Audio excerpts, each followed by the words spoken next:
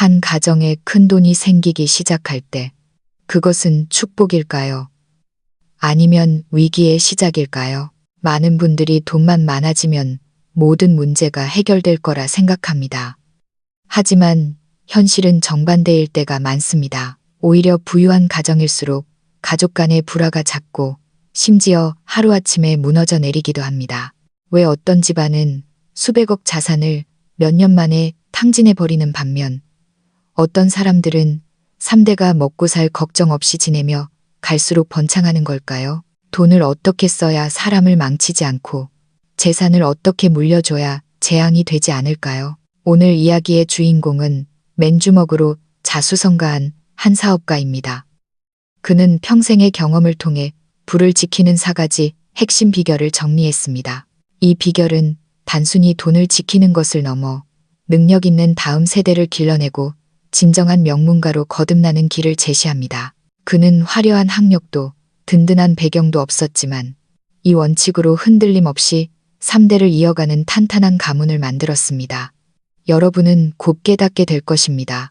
세상에는 돈보다 귀한 것이 있으며 그것이 가장 소홀히 여겨지기 쉽다는 사실을 말이죠. 집에 모아둔 돈이 있거나 자산이 있는 분들이라면 꼭 한번 들어봐야 할 이야기입니다. 돈을 버는 것이 끝이 아니라 지키는 것이야말로 진정한 시작이기 때문입니다. 부자가 되는 것은 많은 이들의 평생 목표입니다.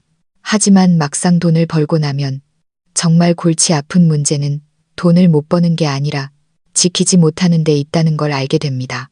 이웃 마을에 사는 김어르신 이야기를 해보죠. 젊은 시절 부동산 투기로 5년 만에 수십억을 벌어 모두의 부러움을 샀던 분입니다.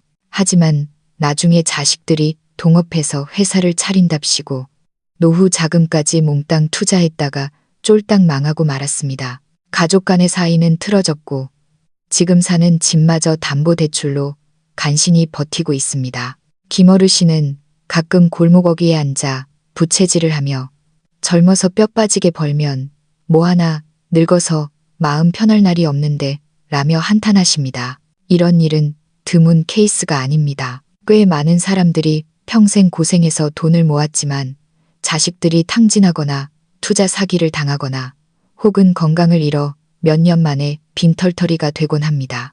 겉보기엔 화려해 보이지만 실속은 없는 셈이죠. 반면에 어떤 사람들은 버는 돈이 아주 많지는 않아도 사는 게 안정적이고 집안이 화목하며 자식들도 반듯하게 자랍니다. 도대체 무슨 차이일까요? 누군가는 운명이라 하고 누군가는 운이라 하지만 오늘 소개할 이대성 회장님, 가명은 그 핵심이 지키는 법에 있다고 말합니다. 돈은 물과 같아서 가만두면 썩고 함부로 흘리면 넘치고 방향을 잘못 잡으면 아무리 많아도 지킬 수 없다. 올해 80이 넘으신 이 회장님은 젊은 시절 소금반염전, 일과 농산물 도매업으로 자수성가하셨습니다. 배움은 짧았지만 3대가 걱정 없는 가문을 일구셨죠. 이웃들은 그가 돈 버는 재주가 좋다고 말하지만 정작 본인은 고개를 저으며 웃습니다. 나는 그저 돈을 어떻게 머물게 하고 올바른 곳으로 흐르게 하는지 알았을 뿐입니다. 진짜 부를 지키는 사람은 돈을 꽁꽁 숨겨두는 게 아니라 다음의 4가지를 실천할 줄 아는 사람이라고 그는 말합니다. 첫 번째, 버는 방식의 전환. 몸이 아닌 머리로 굴려라. 이대성 회장님은 젊은 시절 염전에서 일꾼으로 시작했습니다. 20대 초반 아버지들 따라 소금지게를 지고 날랐습니다. 하루 종일 대나무 지게에 짓눌려 어깨는 피멍이 들고 껍질이 벗겨졌지만 수입은 형편없었습니다. 소금 한 포대를 날라봤자 몇 푼 남지 않았으니까요. 허리가 끊어질 듯 아파도 집에 가면 묽은 죽으로 배를 채워야 했습니다. 그래도 쉴 수가 없었습니다. 조금만 늦춰도 다음 끼니가 막막했기 때문입니다. 그때는 목숨 걸고 돈을 벌었지. 운명이 나를 버티게 해준 거야. 처음엔 그저 평범한 소금 짐꾼이었지만 그는 남달리 관찰력이 좋았습니다. 남들이 묵묵히 일만 할 때 그는 어느 상인이 자주 오는지, 어느 사장이 값을 잘 쳐주는지, 어디로 가는 소금이 빨리 팔리는지를 유심히 지켰습니다. 그는 넉살 좋게 상인들에게 말을 걸고 짐 싣는 걸 도와주며 쌈짓돈을 털어 운전기사들에게 커피 한 잔씩을 대접하곤 했습니다. 그러다 보니 사장들의 신임을 얻게 되었고 나중에는 대금 수금이나 배달 대행까지 맡게 되었습니다. 그는 지게꾼에서 유통업자로 변신하기 시작했습니다. 얼마 후 청년 몇 명과 돈을 모아 작은 트럭 한 대를 샀고 직접 주문을 받기 시작했습니다. 남들이 한 번에 한두 집만 갈 때 그는 새벽같이 일어나 남부 지방에서 중부 지방까지, 염전에서 읍내 잡화점까지 하루에 4-4번을 왕복했습니다. 남들이 쉴 때 더 뛰면서 사업을 키웠습니다. 하지만 몸으로 때우는 것만으로는 큰 돈을 벌 수 없다는 걸 깨달았습니다. 어느 해 소금 가격이 폭락하고 저가 수입 소금이 시장을 잠식했습니다. 다들 정부를 욕하고 트럭을 발로 찰 때 그는 생각했습니다. 방향을 바꿔야 하지 않을까? 그는 농산물로 눈을 돌렸습니다. 고구마, 땅콩, 말린 과일 등 도매가 필요한 것이라면 뭐든 시도했습니다. 처음엔 배달만 하다가 나중에는 농장주와 계약을 맺고 시장가보다 조금 더 쳐주는 대신 안정적인 물량을 확보했습니다. 그리고 직접 포장하고 상표를 붙여 전국의 잡화점과 마트 납품 계약까지 따냈습니다. 혼자 하던 일은 팀이 되었고 트럭 한 대는 세 대로 늘어났습니다. 벼락부자가 된 건 아니었지만 수익은 꾸준히 늘어났습니다. 사업이 한창 잘 되던 그해 겨울 누군가 빚을 내서 땅 투기를 하라고 부추겼습니다. 반년이면 2배가 된다는 달콤한 유혹이었죠. 하지만 그는 장부를 보며 딱 한마디 했습니다. 느리게 버는 건 겁나지 않아. 무서운 건 너무 빨리 망하는 거지. 그는 흔들리지 않았습니다. 대신 남는 돈으로 트럭을 정비하고 창고를 늘렸으며 장부를 정리할 직원을 고용했습니다. 재고 관리와 재무 계획을 배우기 위해 야간대학 경영학과에 등록까지 했습니다. 시험 보려는 게 아니야. 내 돈이 어떻게 쓰여야 더 힘을 발휘하는지 알고 싶어서 공부하는 거지. 나이 지긋한 아저씨가 뒤늦게 공부한다고 비웃는 사람도 있었지만 그는 어릴 땐 기회가 없어서 못 배웠지만 이제 돈이 생겼으니 머리를 채우지 않으면 그 돈도 오래 못 간다라고 답했습니다. 그 후 매년 수익의 10%를 떼어 부동산을 샀습니다. 화려한 번화가가 아니라 시외곽이지만 교통이 편하고 학교나 병원이 가까운 낡은 주택들을 골랐습니다. 수리해서 세를 놓으니 10년 뒤엔 월세 수입만으로도 생활비가 충당되었습니다. 젊어서는 목숨 걸고 벌지만 나이 들면 계획으로 버는 거야. 그는 직원들에게도 성과금을 주기 시작했습니다.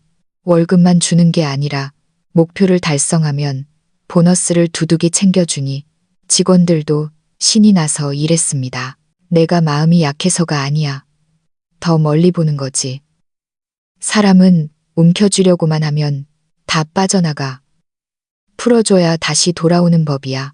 이 단계에서 그의 가장 큰 변화는 혼자 일하는 단계에서 돈과 사람이 일하게 만드는 단계로 넘어갔다는 점입니다. 자원을 시간과 바꾸고 이익을 효율과 바꾼 것이죠. 두 번째, 배심의 미학. 쥐고 있으면 썩고 풀면 돌아온다. 이대성 회장님은 늘 말합니다. 돈이란 놈은 너무 꽉 쥐면 도망가고 아낌없이 풀면 오히려 친구들을 데리고 돌아온다. 젊은 시절엔 악착같이 벌었고 중년에는 자산을 쌓았지만 그가 진정으로 마음의 평화를 얻고 제복 차이, 부를 안정시킨 계기는 50살 무렵의 깨달음 덕분이었습니다. 당시 사업은 자리 잡았고 먹고 살만했지만 마음 한구석이 허전했습니다. 결혼한 지 오래되었지만 슬아의 자식이 없었기 때문입니다. 어느 날 아내와 함께 남쪽의 유명한 사찰을 찾아 기도를 올렸습니다. 그날 밤 꿈을 꾸었는데 허름한 절 입구에 후인을 얻으려면 길러야 한다. 그리가 더연고랬는 글귀가 쓰여 있었고 백발의 노스님이 나타나 가진 게 있으면 덕을 쌓아야지라고 호통을 치셨습니다. 꿈이 너무나 생생했습니다. 그날 이후 그는 큰 결심을 했습니다. 매년 회사 수익에서 300만 원 정도를 따로 떼어 나눔 자금을 만들었습니다.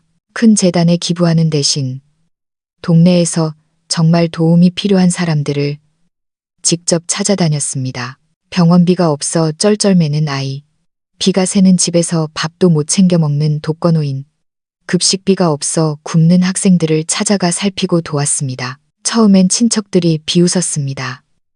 자선 사업가도 아니면서 피땀 흘려 번 돈을 왜 뿌리고 다니냐고요. 하지만 그는 빙그레 웃을 뿐이었습니다. 가장 기억에 남는 건 한파가 몰아치던 어느 겨울, 난방도 없이 찬방에서 지내던 동네 할머니들에게 전기 매트를 사서 직접 배달했을 때입니다. 할머니들이 눈물을 흘리며 그의 거친 손을 잡고 이서방, 내 평생 자네 같은 좋은 사람은 처음 보내라고 했을 때 아내는 그날부터 남편이 밤잠을 더 편안하게 잤다고 회상합니다. 장부를 보며 숫자 씨름을 하던 초조함이 사라지고 누군가 따뜻하게 지낸다는 생각에 마음이 든든해진 것입니다. 몇 년간 기부한 돈이 수천만 원이 넘었지만 집안은 가난해지기는커녕 하는 일마다 순조롭게 풀렸습니다. 그리고 기적 같은 일이 일어났습니다. 아내가 53살 되던 해에 덜컥 임신을 한 것입니다. 노산이라 위험했고 아이도 일찍 나왔지만 모자는 건강했습니다. 의사는 기적이라고 했지만 이 회장님은 하늘이 자신의 정성에 응답한 것이라 믿었습니다. 아들이 태어난 후에도 그는 나눔을 멈추지 않았습니다. 명절 때마다 아들의 손을 잡고 봉사활동을 다녔습니다.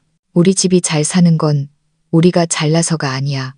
누군가 우리를 도와주고 받쳐줬기 때문이란다. 그러니 우리도 남을 받쳐줘야 해. 그는 기부하면 부자가 된다는 미신을 믿는 게 아닙니다. 돈은 올바른 곳에 쓰일 때 빛이 난다는 이치를 믿는 겁니다. 회사에서도 이익 공유제를 도입해 연말이면 직원들에게 근속 연수와 성과에 따라 두둑한 보너스를 줬습니다. 오래 일한 직원은 몇 달치 월급을 더 받아가기도 했죠. 같이 벌어서 같이 나눠야지. 나만 챙기려 하면 아무도 날 위해 목숨 걸고 일 안 해. 내가 베풀면 다들 내가 더 잘 되길 빌어주지 않겠나? 그는 아들에게 이런 계산법을 가르쳐 주었습니다. 내가 은행에 1억을 넣어두면 1년 이자가 고작 몇백만 원이다. 하지만 그 돈으로 어려움에 처한 신명을 도와주면 그들은 평생 너를 기억해. 어느 쪽 이자가 더 크겠니? 어린 아들은 잘 이해 못했지만 그는 아들 머리를 쓰다듬으며 말했습니다. 돈은 숨겨두는 게 아니라 이름을 남기는 데 쓰는 거야. 내 이름이 유명해지는 게 아니라 내가 남의 가슴 속에 고마운 사람으로 남는 것. 그게 진짜 저축이다. 한 번은 마을의 한 학생이 대학에 합격했는데 등록금이 없어 포기하려 한다는 소식을 듣고 두말 없이 첫 학기 등록금을 내주었습니다. 1년 뒤 그 학생이 장학증서와 손편지를 들고 찾아왔습니다. 아저씨, 저를 믿어주셔서 감사합니다. 절대 실망시켜 드리지 않을게요.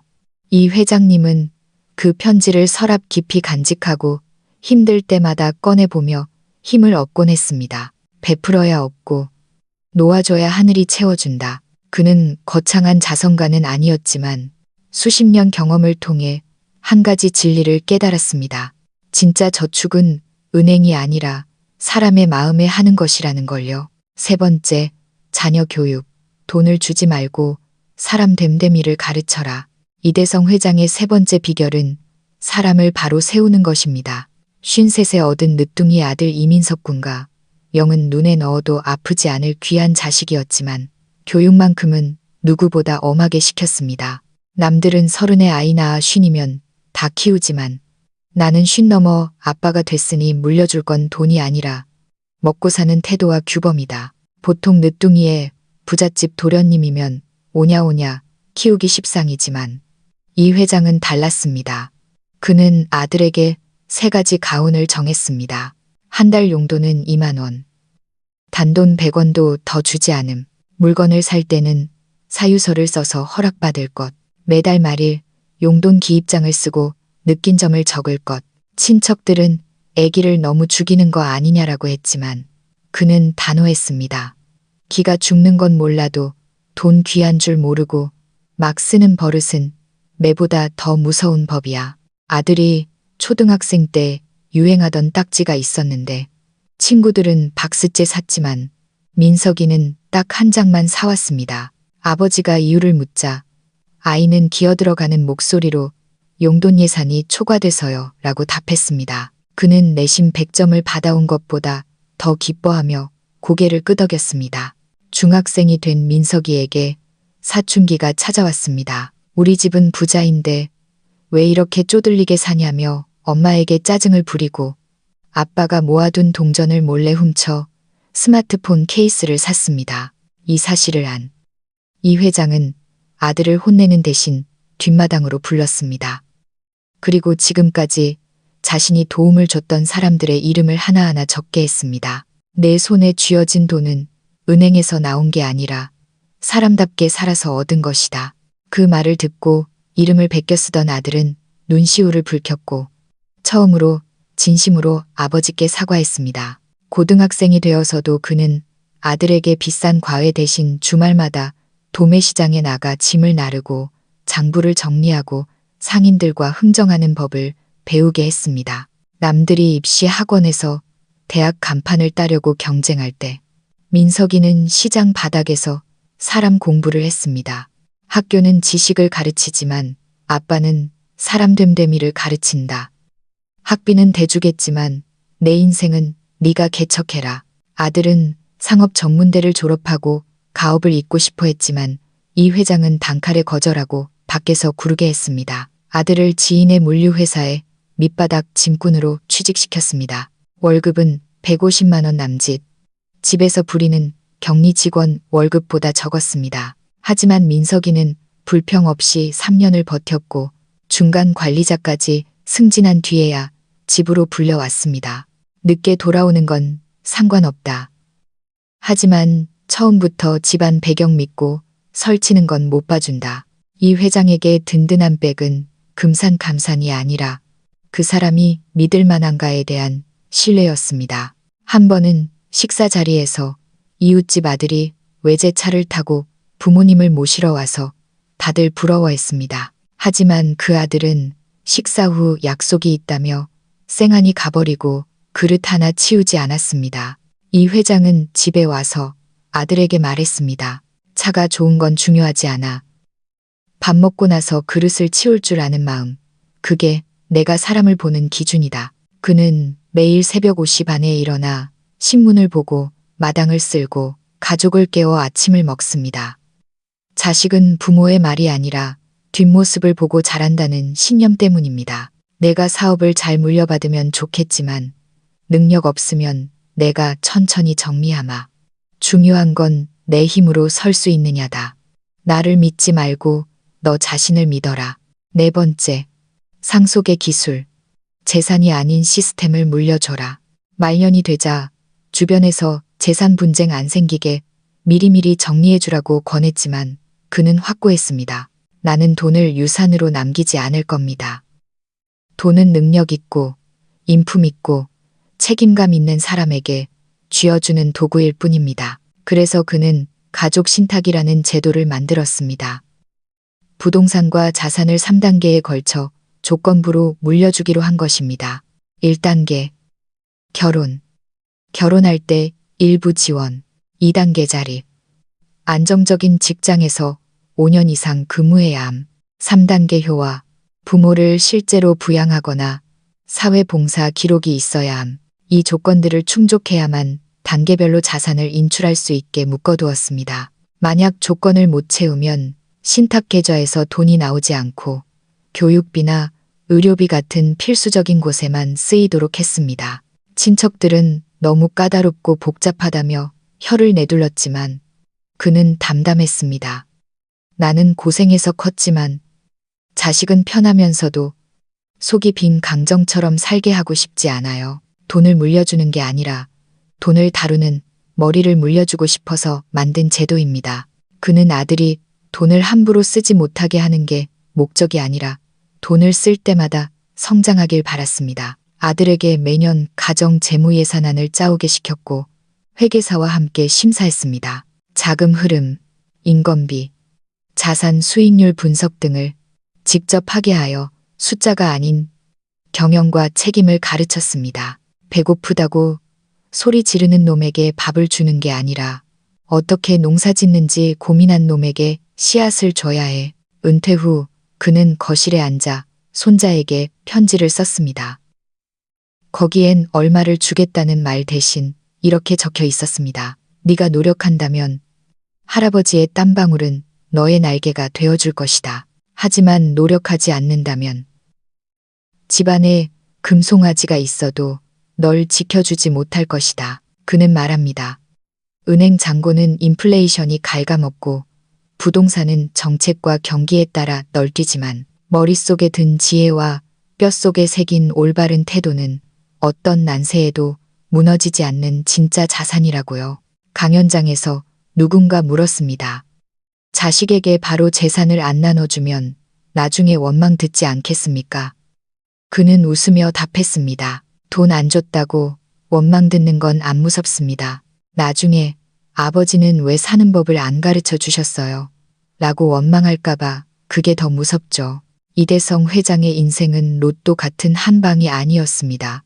수십 년간 하루도 빠짐없이 흘린 땀방울, 변화를 두려워하지 않는 용기, 기꺼이 나누는 선한 마음, 그리고 자식을 엄하게 가르친 뚝심이 만들어낸 결과였습니다. 돈은 많이 남기는 것보다 마음을 편하게 남기는 게 중요하다. 그는 거창한 유언 대신 든든한 가품값을 남겼습니다. 돈을 어떻게 쓰고 사람을 어떻게 대하며 어떻게 홀로 서야 하는지 아는 후손들을 남겼습니다. 많은 사람들이 그에게 인생에서 가장 후회되는 게 뭐냐고 묻습니다. 그는 딱 한마디를 남겼습니다. 돈은 사람을 망치라고 있는 게 아니라 살리라고 있는 건데 그걸 좀 더 일찍 알았더라면 인생을 덜 돌아갔을 텐데 말이죠. 진정한 부자란 통장에 찍힌 숫자가 많은 사람이 아닙니다. 돈을 쓸 때 마음이 불안하지 않은 사람입니다. 진정한 상속은 건물 몇 채를 넘겨주는 것이 아니라 내가 떠난 뒤에도 사랑하는 가족들이 서로 아끼고 싸우지 않으며 바르게 살아가는 모습을 남기는 것입니다. 한 가정이 대대손손 흔들리지 않으려면 돈만으로는 부족합니다. 첫째, 머리와 안목으로 돈을 굴리는 지혜. 둘째, 불을 의미 있는 곳으로 흘려보내 복과 사람을 얻는 나눔배이. 셋째, 인품부터 바로 세워 그릇을 키우는 가정교육. 넷째, 그냥 주는 것이 아니라 지킬 능력을 가르쳐주는 올바른 상속. 전승. 이대성 회장님은 이 네 가지를 모두 해냈습니다. 오늘 이 이야기를 듣고 어떤 생각이 드셨나요? 혹시 여러분의 가정이나 주변에서도 비슷한 고민을 하고 계신가요? 돈과 자녀 교육, 그리고 노후의 삶에 대해 어떤 결정을 내리셨는지 궁금합니다. 여러분의 솔직한 생각이나 경험담을 댓글로 남겨주세요. 여러분의 한마디가 누군가에게는 가슴을 울리는 조언이 될 수 있습니다. 우리는 이곳이 서로의 이야기를 진심으로 경청하고 지혜를 나누는 공간이 되기를 바랍니다. 오늘 내용이 도움이 되셨다면 구독과 좋아요를 눌러주시고 소중한 가족과 친구들에게 공유해주세요. 우리 모두가 가족을 위해 진짜 남겨야 할 것이 무엇인지 함께 고민해보는 계기가 되었으면 합니다. 여러분의 참여와 관심이 더 좋은 콘텐츠를 만드는 큰 힘이 됩니다. 감사합니다.